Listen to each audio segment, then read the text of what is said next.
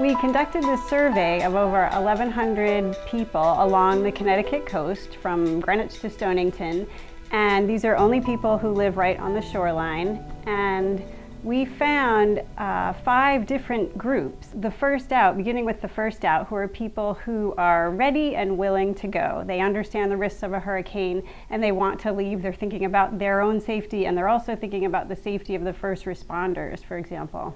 The constrained, the second group, are people who understand the risks, but they face a lot of barriers. They have health and disability issues, or they have a lot of pets, or they have lack of transportation, for example. But they say that they would go if they really need to.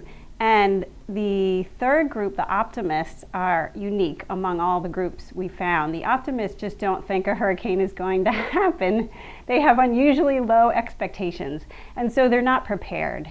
And they say that if a hurricane did occur, they would evacuate, but they're not prepared, and they also face real barriers like transportation, health, pets, and so on. The reluctant is a fourth group who don't want to go. They really don't want to go to evacuate if they need to. They say they will go if they're ordered to, especially by a trusted official, a state or local official, particularly a policeman or local firefighters. Then they say that they would leave. And finally, the diehards are the fifth group, and the diehards really do not want to leave. They're thinking about their property in particular, and they feel confident and self-reliant, and they feel that they can take care of themselves and their family. They at least do understand some of the risks. But the take-home message from the study is really that people do interpret these risks very differently. And even with the same forecast, with an advanced level of accuracy or a highly accurate forecast, you will get people who understand the risk differently,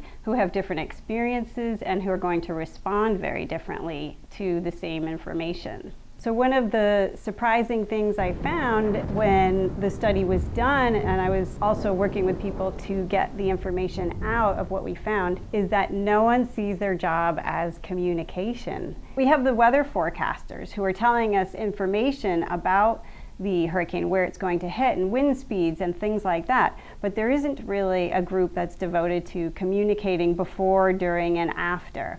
The emergency responders, for example, are worried about moving trucks and moving people and logistics. They're not really focusing on communication. So this is, I think, one of the big needs we need to recognize going forward, because communication is clearly critical. And a critical part of communication, in turn, is understanding your audience.